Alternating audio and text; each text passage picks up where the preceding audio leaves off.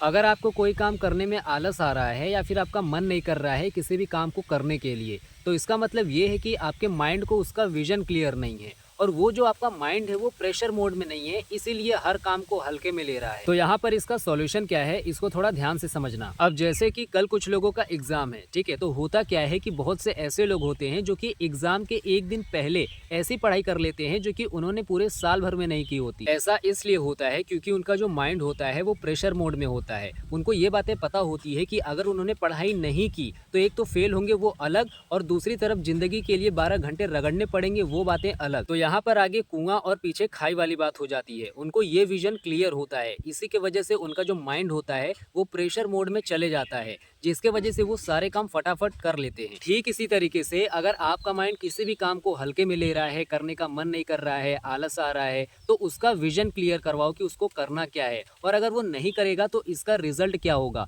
Positive में होगा या फिर नेगेटिव में होगा, उसको ऐसा एहसास करा के उसके ऊपर प्रेशर मोड में उस माइंड को लेके जाओ। अपने माइंड को ये फील करवाना जरूरी है कि इसका नेगेटिविटी आपको कितना भारी पड़ सकता है। अगर एक बार वो फील कर लिया तो आपका जो भी काम है वो आसान हो जाएगा, आपका माइंड ऑटोमेटिक तरीके से काम करने लगेगा। सिर्फ एक बार एहसास दिलाने की जरूरत है।